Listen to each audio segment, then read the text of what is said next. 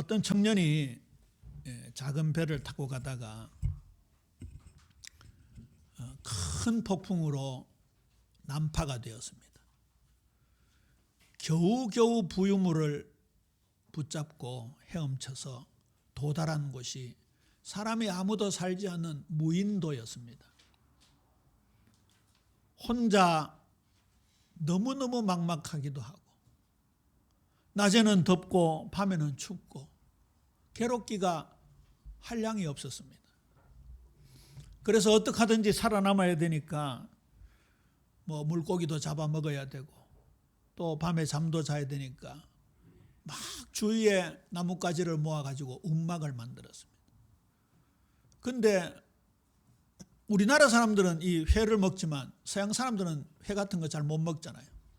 그래서 어쨌든 불을 피워서 고기를 구워 먹어야 되고, 또 밤에 따뜻하게 자야 돼서, 그래서 막 부싯돌을 찾으니까 없고, 그래서 막 하여튼 마른 나뭇가지를 찾아가지고 막 부벼가지고 불을 지폈습니다. 근데 그만 불똥이 날아가 가지고 만들어 놓던 움막에 불이 붙어버렸습니다.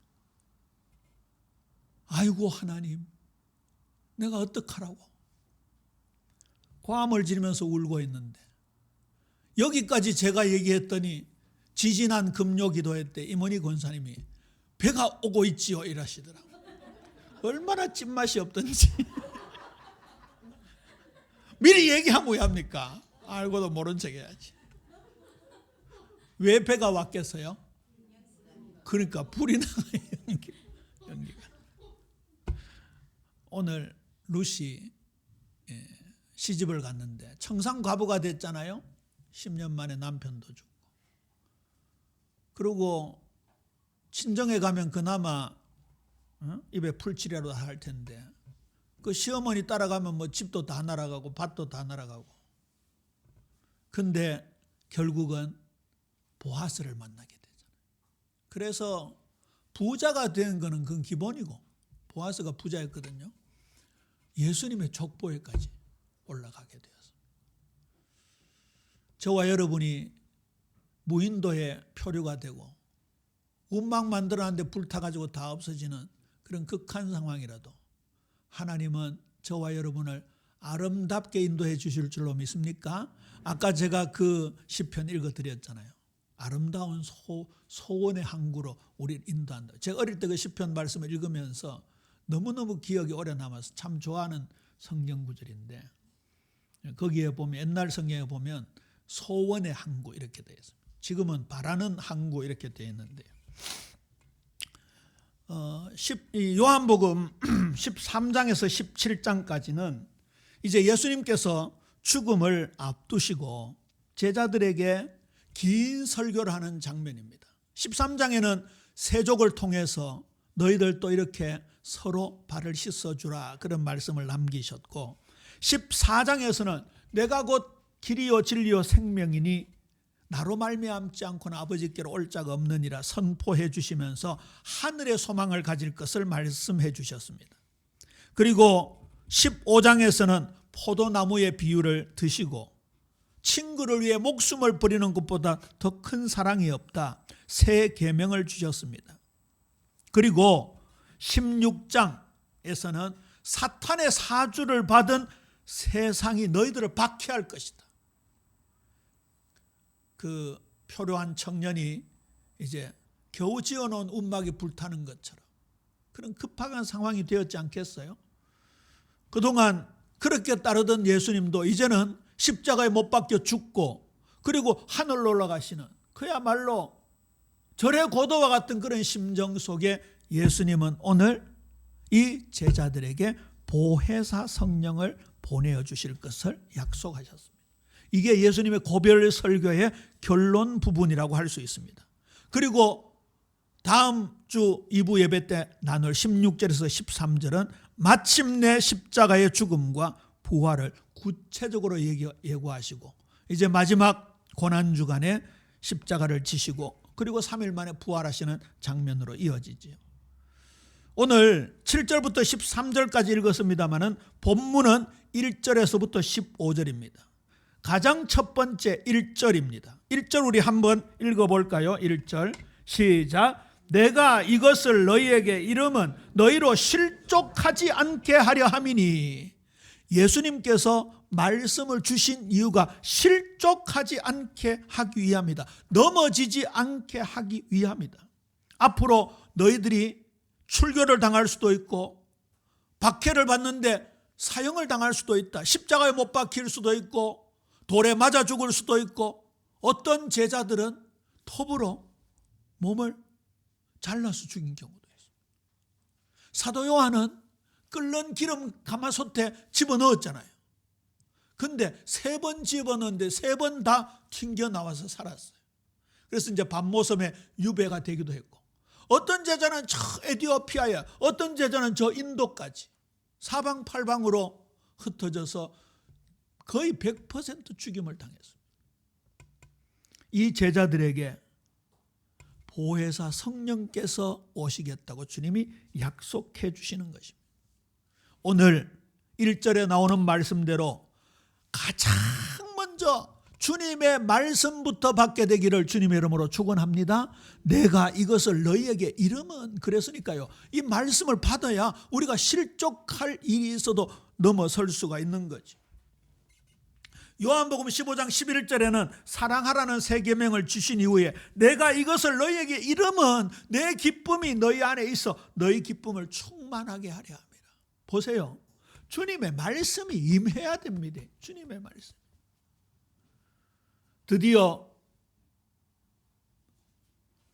리딩 지저스 창세기부터 읽기 시작하면서 이제 3월달이 마무리되고 4월달로 넘어가게 됩니다. 한 약 3개월 성경을 읽는 가운데 우리에게 다가오는 은혜, 때로는 충격, 때로는 감동이 얼마나 진한지. 지난 주일 우리 전도회 식사 때 우리 조집사님 물으셨잖아요. 이 성경을 유대인들은 과연 어떤 감동으로 읽을 수 있는가? 그 질문을 하신 배경이 있겠죠. 집사님이 성경 읽으니까 너무 감동이 되는 거예요. 실제 제가 아는 어느 장로님은 모세 오경 읽다가 시험에 들었어요. 목사님 무서워 죽겠다 하면서. 그런데 오전에 말씀드렸던 그 집사님은 무서워 죽는 게 아니고 하나님의 사랑이 느껴졌다. 이게 우리 예비교회가 공동체로 예수 그리스도의 관점으로 읽어나가기 때문인 줄로 믿습니까? 말씀 잘 따라오시기를 주님의 이름으로 권면합니다. 요한복음 16장 4절입니다. 오직 너희에게 이 말을 한 것은 너희로 그 때를 당하면 내가 너희에게 말한 이것을 기억나게 하려 함이요. 예수님께서 하신 말씀이 기억나도록 우리가 성령 충만 받아야 되는 거예요. 우리 옛날에, 그렇게 먼 옛날도 아니고 불과 몇 년 전에는 너무나 편협적으로 성경을 봤잖아요. 심지어 성경 안 읽어도 된다 이런 이상한 소리도 들어. 겨우 아는 거라고는 주는 그리스도시요 살아계신 하나님의 아들이시. 그래가지고 그때 그런 농담했습니다. 예수제이들은 물에 빠지면 입만 동동 뜬다 그러고 다락방 멤버들은 물에 빠지면 엉덩이 같던데. 그걸 와카노카 물속에 들어가가지고 금붕한테 주는 그리스도시요 살아계신. 근데 예수님이 보세요. 예수님이 생각나게 하신다 했잖아요. 내가 말한 모든 것을 생각나게 하신다 했잖아요. 근데 예수님 말한 거라고는 그거 한 개밖에 모르면 그거 한 개만 생각나는 거예요. 66권을 왜 주셨을까요?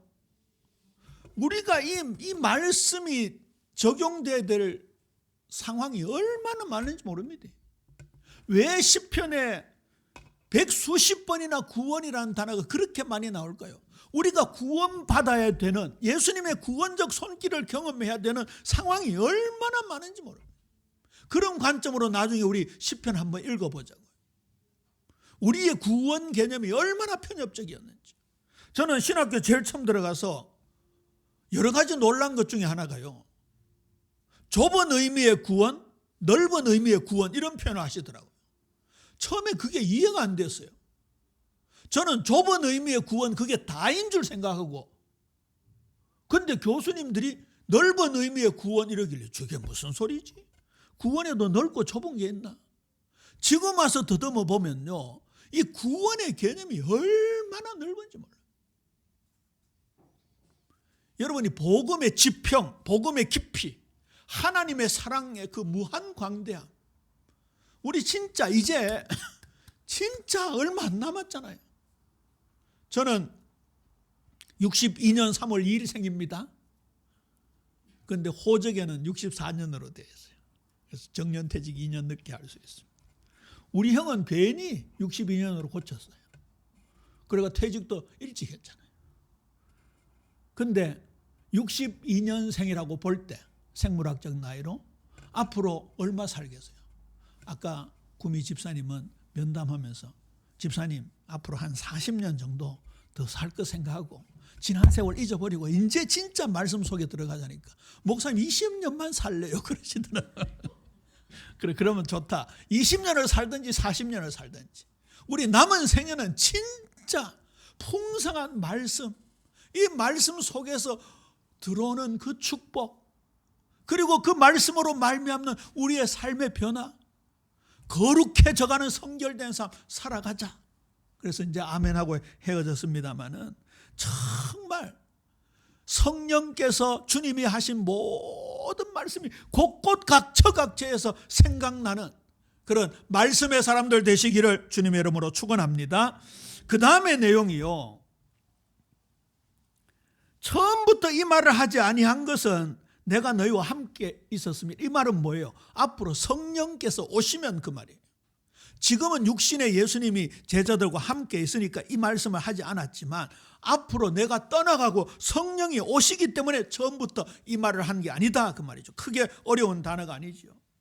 그런데 제자들을 앞으로 핍박하고 박해할 그 사람들이 몰라서 그렇다. 예수님 거기까지 말씀하셨어요. 여기에 사랑으로 대비해야 되는 거예요.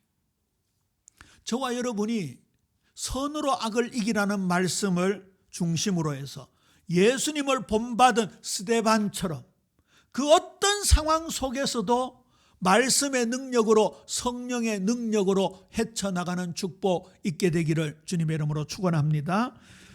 7절입니다. 요한복음 16장 7절입니다.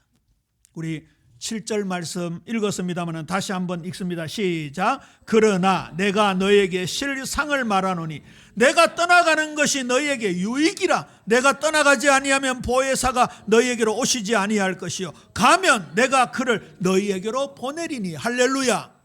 보세요, 이거는 잘못된 생각입니다. 이 김 목사가 교회에서는 목사고 아내에게는 남편이고 아이들에게는 아빠고, 그걸 양태론이라 그럽니다. 성부 성자 하나님은 그렇게 설명을 잘못된 거예요. 최근에 또 어느 덜 떨어진 목사가 물이 상온에서는 물이고 끓으면 기체가 되고 영도로 내려가면 얼음이 되는데 그게 삼위일체다 이렇게 해석해가지고 난리 난 적이 있는데 그것도 양태론이라 그래요. 이 잘못된 거예요. 그러면 보세요, 구약시대에 성령이 역사하셨어요 안 하셨어요? 역사하셨어요. 그 회개시로 유명한 시편 51편에 보면 인상적인 말씀이 나오잖아요. 주의 성령을 내게서 거두지 마옵소서. 그러니까 다윗에게 회개형 성령이 역사하셔야 다시 하나님 앞에 나아가는 거 아니에요. 자, 창조부터 구약시대는 성부시대, 예수님 공생애는 성자시대, 오순절 성령 충만 이후에는 성령시대, 이렇게 나눠버리면 성부의 역사가 예수님 시대, 초대교회 이후 지금까지 교회 시대는 역사를 안 한다 이렇게 돼버려요. 그래서 그걸 양태론해가 잘못됐다는 거예요. 그러나 예수님께서 공생애 3년을 사시는 동안은 예수님이 주역의 역할을 하신 거고, 지금 이 시대 교회 역사 이후에 지금 이 시대는 보혜사 성령이 주역의 역할을 하시는 거예요. 그러나 그 보혜사 성령도 예수의 영이요 하나님의 영인 줄로 믿으시기를 바랍니다. 삼위일체는 분석할 대상이에요? 믿을 대상이에요? 믿을 대상입니다. 삼위일체 분석하려다가 정신돈신학자가 한두 명이 아니라고 총신대학 신학대학원 실론 교수님 차영배 교수님이 그러시더라고요. 예수 믿는 거는요, 분석이 아니에요. 하나님의 말씀을 그대로 아멘으로 받아들이는 거예요. 왜 그렇습니까?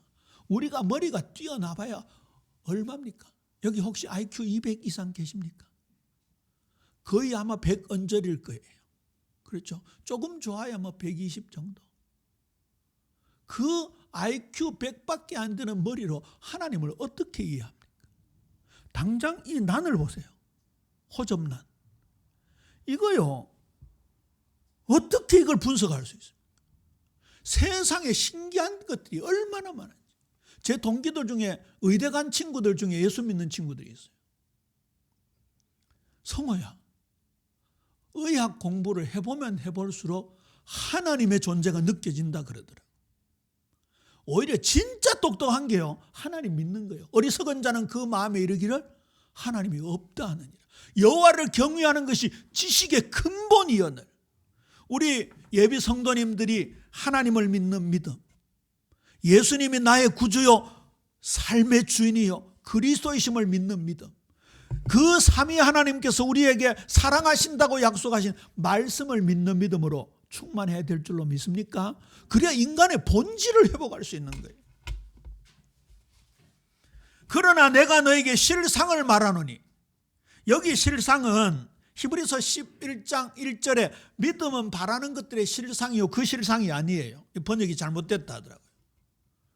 히브리서 11장의 실상은 실제 상태라는 뜻이에요. 믿음은 실제 상태예요. 그런데 여기 예수님이 말씀하신 실상은 진리예요. 진리. 내가 너희에게 진리를 말한다. 내가 떠나가는 것이 너희에게 유익하다.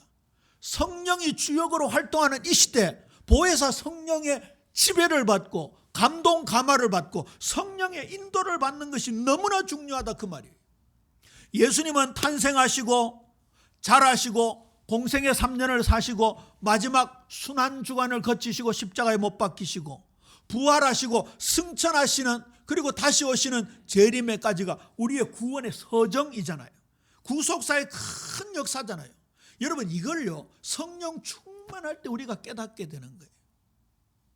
아까 이 불신앙의 악순환에서 룻이 빠져나왔잖아요. 사사기에 그 지긋지긋한 불신앙에서 빠져나올 수 있는 그 길, 그게 룻이 머리가 좋아서일까요? 하나님의 완벽한 은혜예요. 룻이 어떻게 깨달을 수 있겠습니까? 그걸. 지난주일 우리 박 목사님이 수로보니게 여인 말씀하셨잖아요.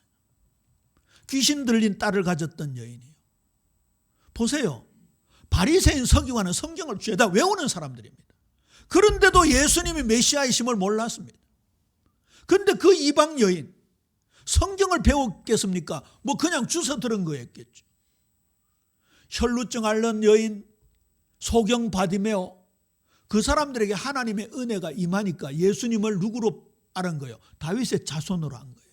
아까 시간이 없어서 제가 적어놓은 거 다 못했습니다만 마태복음 1장에 보면 우리 성경에는 아브라함과 다윗의 자손 예수의 그리스도의 계보라 되어 있지만 원문에는 다윗과 아브라함의 자손 예수 그리스도의 계보라 그렇게 되어 있습니다. 다윗이 먼저예요. 장유 유서에 익숙한 우리 대한민국에서 성경을 번역하다 보니까 이거 잘못됐네, 역사적으로 잘못됐네 해서 번역자들이 마음대로 바꾼 거예요. 원래는 다윗의 자손이, 이게 무슨 말입니까? 다윗의 자손이라는 말은 나사렛 예수가 메시아라는 거예요. 만왕의 왕이시라는 거예요. 참 왕이시라는 거예요. 그런데 보세요. 배운 사람이 아니고 이방 여인이었고, 아니 눈앞이 캄캄한 소경 바디메오고 무슨 성경을 배웠었겠어요.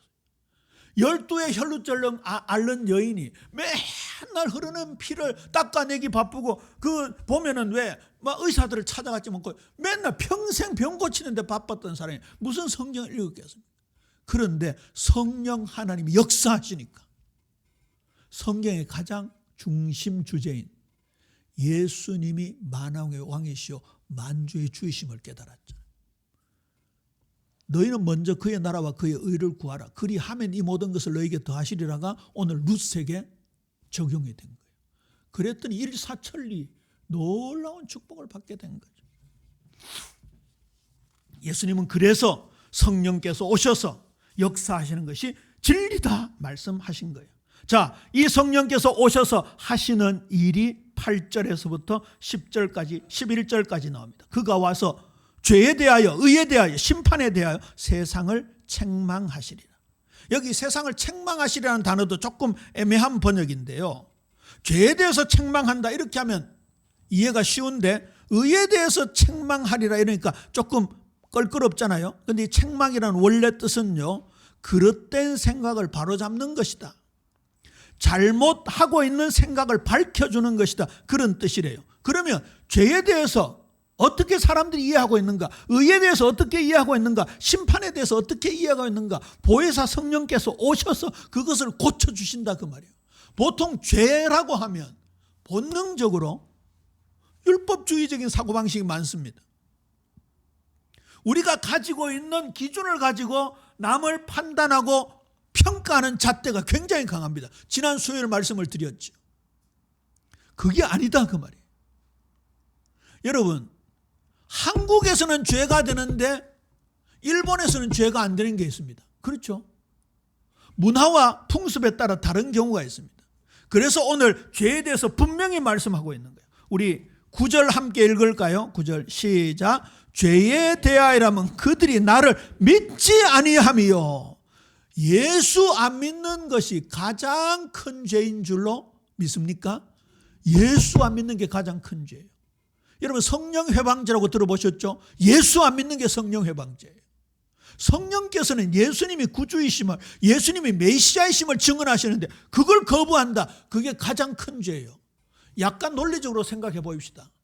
하나님이 우리를 너무 사랑하셨어요. 지독하게 사랑하셨어요. 예수님께서, 하나님께서 자기 아들을 보내주셨습니다. 조금 더 정확하게 신학적으로 따지면 하나님이신 그분이 사람의 몸을 입고 이 땅에 오셨어요. 여러분 중에 저 개미들이 죽어간다고, 야 김장로야, 네 개미 몸을 입고 저 개미 세계 들어가 가지고 개미들한테 외쳐라.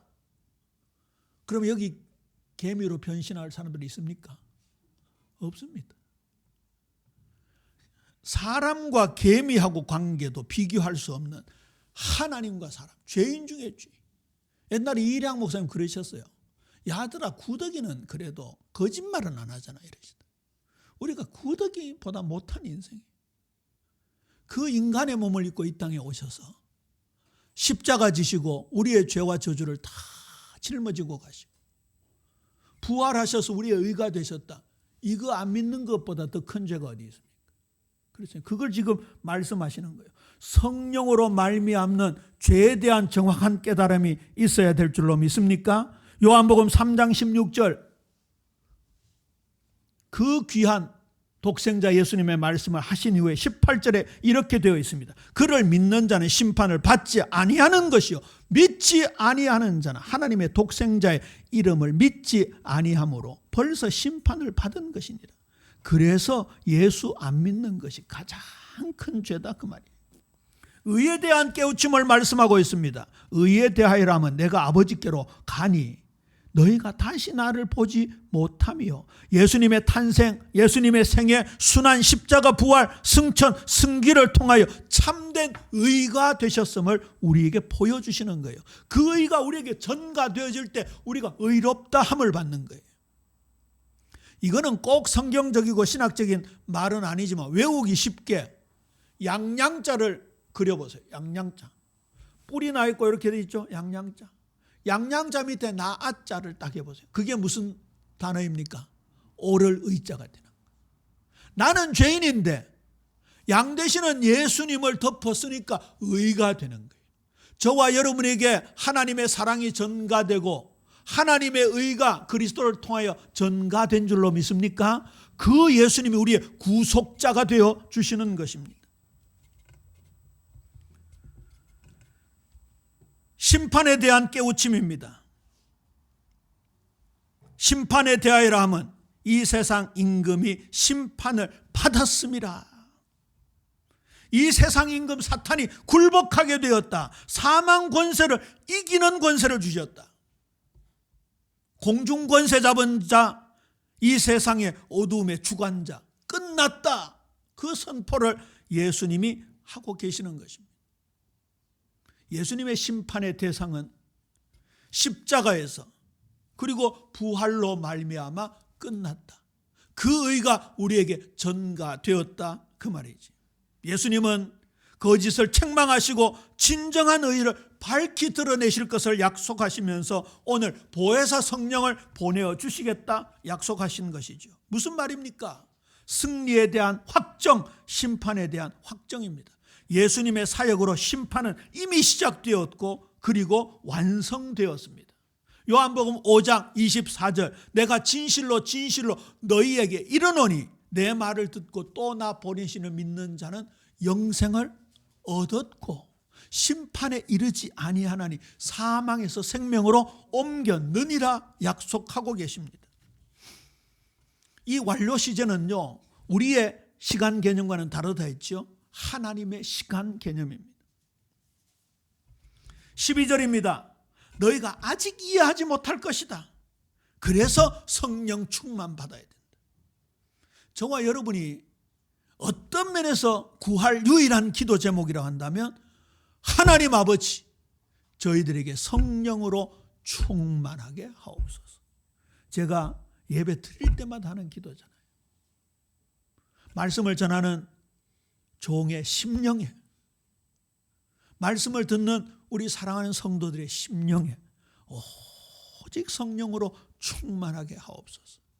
그게요, 우리 예배가 예배되어지게 하는 거예요. 일단 머리로 이해함이 중요합니다. 그러나 성령의 역사는 그 이상인 것이죠. 앞으로 너희들이 다가올 미래를 준비하기에 감당해야 될 것이 무엇이냐, 그 말이에요. 다가올 미래를 준비하라 하니까 옛날 다가올 미래를 대비하라 다미성교회가 떠오르는데 우리도 거기 빠질 뻔했어요. 여기서 끝. 예화는 안 들고요. 그때 기억나십니까? 1992년 10월 28일 저는 사당동 총신 기숙사에서 잠자고 있었어요. 그런데 다미성교회 사람들은요, 흰옷 입고 산에 올라가가지고 예수님 온다고 난리법석을 들었어요. 다가올 미래를 대비하는 것은 방언통역, 신비주의가 아니고 하나님의 말씀인 줄로 믿으시기를 바랍니다. 말씀 속에 답이 다 있어요. 왜 안 그러겠습니까? 아니, 예수님 공생에 사시고 우리에게 이 말씀 주셨어요. 성령의 감동 감화로 사도들을 감동케 하시고 선지자들을 감동케 하셔서 말씀 주셨어요. 이 말씀 속에 답이 다 있는 거지. 딴 데 가서 뭘 받으려고 하면요, 절대 안 되는 거예요. 앞으로 그런 유혹이 있을까요, 없을까요? 있습니다. 제가요, 우리 장로님들, 집사님들, 권사님들 기도 인도하실 때요, 특히 회개에 대한 기도, 저는 진짜 감정이입이 돼서 아멘합니다. 이 김 목사가 요즘 성경을 얼마나 많이 읽겠어요. 일단 여러분보다 배 더 읽어야 되고 앞으로 해야 될 성경을 미리 읽어야 됩니다. 거기다가 새벽에 시편 지금 한 장도 빠짐없이 해나가죠. 그런데도요, 말씀과 조금만 거리가 멀면요, 용수철이 눌렸다가 놓으면 턱 튀어가듯이요, 본성 속으로 가게 됩니다. 아까 사사기서에 왕이 없었으므로 자기의 소견에 옳은 대로 행하였더라는 내용과 창세기 3장의 원죄 사건과 오버랩되지 않습니까? 하나님 필요 없어요. 우리로서 얼마든지 할 수 있어요. 그 내용이 계속 반복되는 겁니다. 이 사람들은요, 직통계시가 임하던 시절이었어요. 그런데도 불구하고 말씀이 내 마음에 담기지 않으면요, 이런 꼴을 당하는 거예요. 얼마나 말씀이 중요한지 몰라요. 그래서 하나님은 저와 여러분을 인도하시기 위해서 나는 너희의 하나님이 되고 너희는 나의 백성이 되리라 말씀하신 거예요.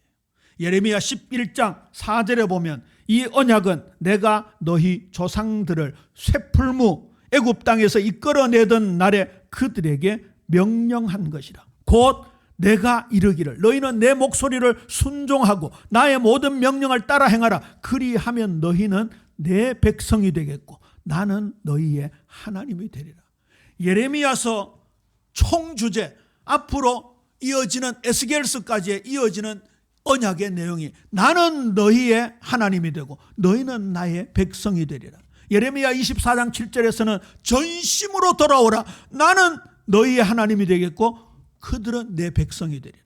예레미야 31장 33절, 예레미야서 언약의 총주제 요절이지요. 그러나 그날 후에 내가 이스라엘 집과 맺을 언약은 이러하니 곧 내가 나의 법을 그들 속에 두며 그들의 마음에 기록하여 나는 그들의 하나님이 되고 그들은 내 백성이 될 것이라. 여호와의 말씀이니라. 그런데 이미 모세를 통하여 여호수아를 통하여 이 언약의 말씀을 주셨습니다.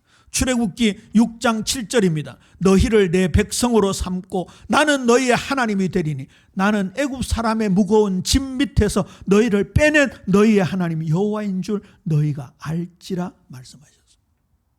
그래서 이스라엘 나라를 제사장 나라로 세우신 것입니다. 신명기 14장 2절에 보면 자기 기업의 백성으로 삼으셨다. 신명기 26장 19절에 보면 영광을 위하여 이 택한 백성들을 뛰어나게 하신다. 그 다음에 목적이 나옵니다. 반드시 인도하신다는 겁니다. 시편 5편 8절에 보면 원수들 앞에서 인도하실 것을 약속하셨습니다. 여호와여 나의 원수들로 말미암아 주의 의로 나를 인도하시고 주의 길을 내 목전에 곧게 하옵소서. 시편 78편 52절에서는 양떼같이 인도하신다 약속하셨습니다. 그가 자기 백성은 양같이 인도하여 내시고 광야에서 양떼같이 지도하셨도다. 제가 최근에 아주 의미 있는 쇼츠 영상을 하나 봤는데 엄마 오리가 한 8마리 새끼 오리를 막 데리고 가더라고요. 근데 물살이 굉장히 강한 데서 한 마리가 빠져버렸어요. 상당히 멀리 떠내려가는데요. 그 엄마가 알더라고요. 비슷비슷한 새끼 오리들 중에 한 마리가 없어진 걸 알고는 두리번 살피더라고요. 그러더니 저 밑에 내려가 있거든. 그 새끼 오리를 건져내려고 발버둥을 치더라고요. 근데 높이가 너무 높았어요. 그랬더니 엄마가 최후의 결단을 하더라고요. 그 물속으로 뛰어드는 거 있죠. 그랬더니 나머지 7마리 오리들도 다 그쪽으로 들어가더라고요. 그 오리 그 민물 아닙니까? 작은 동물인데요. 그 엄마의 사랑, 그게 누구의 사랑일까요? 하나님의 사랑이. 저는요, 이 세상 인류 역사 하와 때부터 지구 종말에까지 모든 어머니들의 사랑, 아버지 사랑은 일단 두고 모든 암컷들의 그 새끼를 사랑하는 사랑, 그걸 합친 거에다가 무한대로 곱하는 것이 하나님의 사랑이다라는 생각이 들어요. 하나님이 저와 여러분을 사랑하고 사랑하시는 줄로 믿습니까? 그러니까 때로 우리가 불신앙해서 잘못된 고리 속에 들어갔다 할지라도 하나님 우리를 건져내시잖아요. 드디어 참 왕이요, 참 선지자요, 참 지도자요, 참 사사요, 만왕의 왕, 만주의 주이신 예수님을 우리 가운데 보내셔서 반드시 인도하시잖아요. 하나님 나라를 인도하신다고 말씀합니다. 죽음에서 인도하여 내신다고 말씀합니다. 흑암과 사망의 그늘에서 인도하여 내시고 주는 나의 하나님이시니 나를 가르쳐 주의 뜻을 행하게 하소서. 주의 영은 선하시니 나를 공평한 땅에 인도하소서. 말씀을 맺습니다. 14절에서 15절입니다. 보세요. 결국은 뭡니까? 영광입니다. 그가 내 영광을 나타내리니 내 것을 가지고 너에게 알리시겠습니다. 무릇 아버지께 있는 것은 다 내 것이라. 그러므로 내가 말하기를 그가 내 것을 가지고 너에게 알리시리라 하였노라. 부활을 증거하시는 성령 하나님의 사역은 결국 예수 그리스도의 복음은 영광의 광채이시다 임을 증명하시는 거예요. 왜냐하면 예수님의 존재 자체가 하나님의 영광을 충만하게 드러내고 있기 때문입니다. 자, 이 말씀을 한번 찾아보면서 마지막 말씀을 맺지요. 시편 115편 1절입니다. 시편 115편 1절. 지난 금요일 새벽에 나누었던 말씀이죠. 내 영광은 한 톨도 들어가지 않아야 됩니다. 사람의 영광은 눈꽃만큼도 나타나지 않아야 합니다. 함께 읽습니다. 시작. 여호와여 영광을 우리에게 돌리지 마옵소서. 우리에게 돌리지 마옵소서. 오직 주는 인자시고 진실하심으로 주의 이름에만 영광을 돌리소서. 할렐루야. 예수 영광, 하나님의 영광이 드러나지 않는 것은요, 성령 충만이 아니에요. 사람의 영광이 드러나는 거 성령의 인도가 아니에요. 영광이라니까 거창하게 생각하지만 내 주장, 내 생각, 내 판단이 기준이 되는 거 성령의 인도가 아니에요. 내 영광을 드러내는 거예요. 그렇게까지 하지 않는다 할지라도 내가 속상하는 거 그것도 내 아닙니까? 내? 그렇잖아요. 진짜 보혜사 성령께서 예수 영광, 하나님의 얼굴에 있는 그 광채를 아름답게 드러내듯이 우리 예비 성도님들 진짜 내 영광은 다 가려지고, 이 말도 어색합니다. 그렇죠? 우리가 무슨 내 영광이라고 말할 것도 없잖아요. 진짜 오직 성삼위 하나님만 영광을 받으시는 공예배, 삶의 예배에 승리하는 우리 성령 인도받는 예빛 모든 성도님들 되시기를 주님의 이름으로 축원합니다.